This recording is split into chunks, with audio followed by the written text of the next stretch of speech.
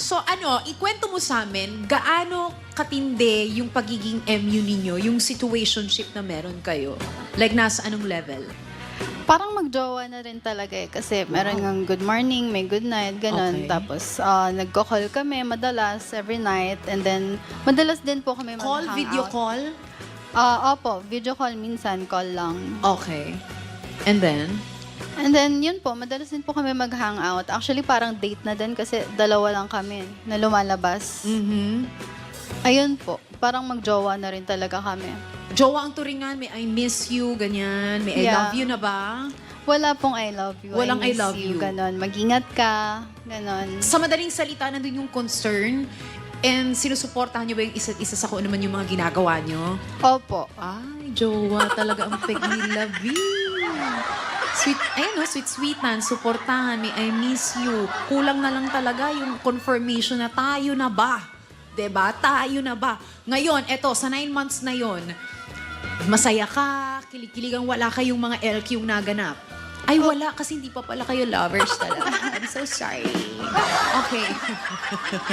So, sa 9 months na yon, masasabi mo very smooth lang talaga yung naging takbo ng inyong situationship. Opo, very masaya. Siyempre sa umpisa naman po talaga masaya naman eh. Okay. So, sa 9 months na yon, naisip mo na tanungin siya. Opo.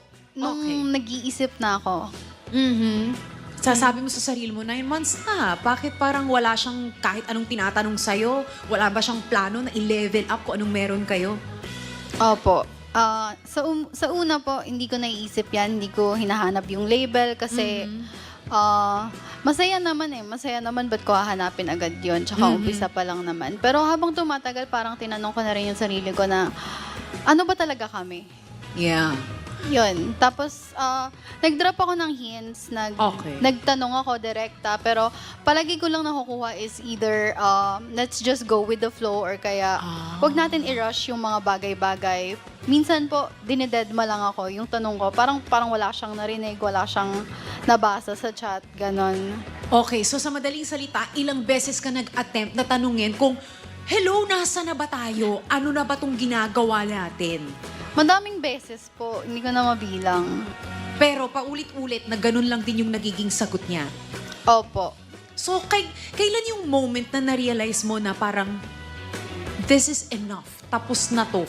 Na parang, ano ba, nakahang lang ako dito, wala akong label, ano ba ako dito, palamuti? Kailan yung moment na yun na na-realize mo na parang kailangan na tong matigil? Nung panahon na nagsiselos ako sa mga friends niyang babae. Kasi, parehas lang po yung trato niya sa amin eh. Like, kung paano siya maging mabait sa akin, ganon. Ganon lang din siya sa ibang friends niya. Ang difference lang is nag-confess siya sa akin, sinabi niyang gusto niya ako. Pero, yung magde-differentiate na lang sana sa amin, tsaka dun sa mga friends niyang babae, is yung label, yung matatawag niya na girlfriend niya ako, masasabi kong boyfriend ko siya. Pero hindi niya pa po mabigay. Okay, so sa madaling salita, umamin naman siya na gusto ka niya, pero hindi niya maibigay yung label na talagang magjowa na kayo. Yes po. At ginagawa niya sa mga ibang babaeng kaibigan niya yun. Opo.